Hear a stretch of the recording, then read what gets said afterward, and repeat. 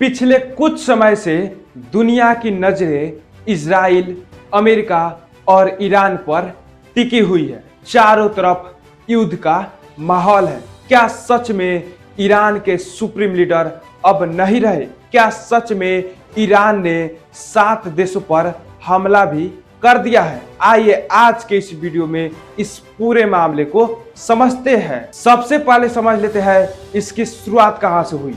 बीच पूर्व में टकराव ये कोई नया नहीं है। इसका मेन कारण है ईरान में परमाणु कार्यक्रम।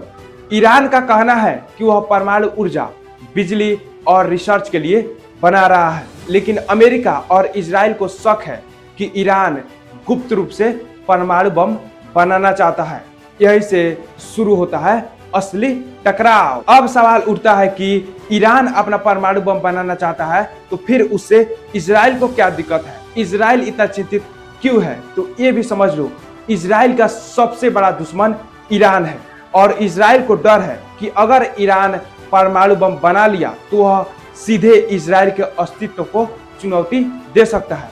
इसी वजह से पहले भी इजराइल ईरान के परमाणु ठिकानों पर साइबर और गुप्त रूप से हमलों के आरोप में रहा है और इस बार भी जो ईरान में हमला हुआ है उसमें भी इजराइल शामिल है। अब है फिर अमेरिका ईरान पर हमला क्यों कर रहा है? अमेरिका का मकसद क्या है? तो अमेरिका का मकसद भी वही है। अमेरिका भी चाहता है कि ईरान परमाणु हथियार न बनाए, जिससे अमेरिका के सहयोगी देश सुरक्षित रहे और मध्य पूर्व में अमेरिका की पकड़ बनी रहे। इसलिए अमेरिका पहले भी ईरान पर भारी आर्थिक प्रतिबंध लगाए हैं। अब उठता है सबसे बड़ा सवाल, क्या जब अमेरिका और इजराइल ने ईरान पर हमला किया तो क्या सच में ईरान के सुप्रीम लीडर अली खामनेई की मौत हो गई? तो हाँ, ये बात बिल्कुल सच है, क्योंकि ईरान के मीडिया ने ही यह बात बताई है कि इस हमले में अली खामनेई के साथ साथ उनके परिवार वाले की भी डेथ हो गई है। और यह जब बात मीडिया बताई तो वह मीडिया रोने भी लगी।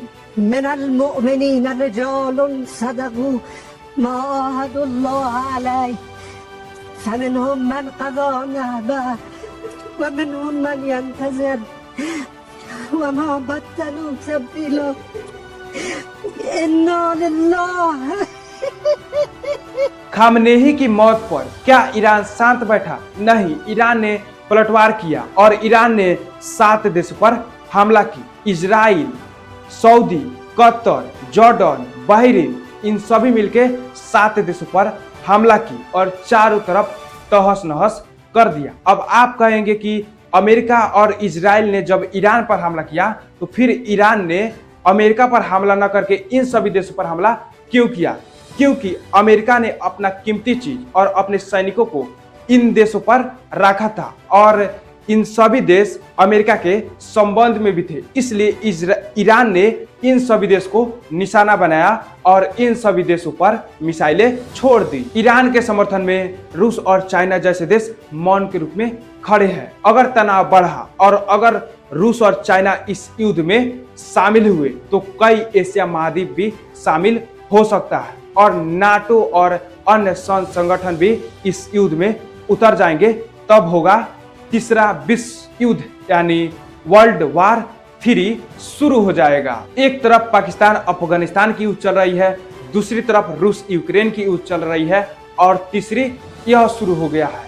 असली सवाल क्या है? असली सवाल है कि ईरान अपना देश को बचाने के लिए परमाणु बम बनाना चाहता है, लेकिन इजराइल और अमेरिका उसे परमाणु बम बनाने देना नहीं चाहते हैं। अब सवाल उठता है कि भारत देश किसका समर्थन कर रहा है और क्या इस युद्ध से भारत में क्या परेशानियां हो सकती है? तो अभी तक भारत किसी भी देश का समर्थन नहीं कर रहा है, क्योंकि 25-26 तारीख को नरेंद्र मोदी जी इजराइल भी गए थे और ईरान से भारत की दोस्ती भी है। तो अभी तक भारत किसी भी देश का समर्थन नहीं कर रहा है और इस युद्ध से भारत की ये परेशानियां हो सकती है कि जिस रास्ते से भारत में डीजल पेट्रोल आता है उन्हीं रास्तों को ईरान ने रोक दिया है। यानी भारत में तेल की महंगाई बढ़ सकती है और इसके बदौलत रुपया डॉलर के मुकाबले और गिर सकता है और कई ऐसे सामग्री है जो भारत में उपलब्ध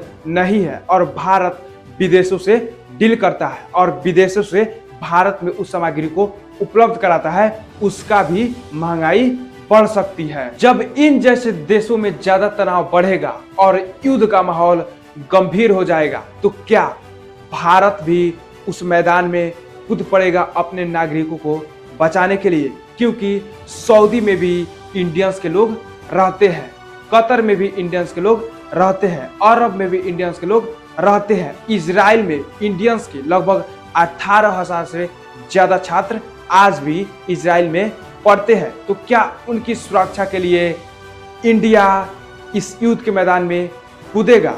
आप ही लोग कमेंट में बताइए।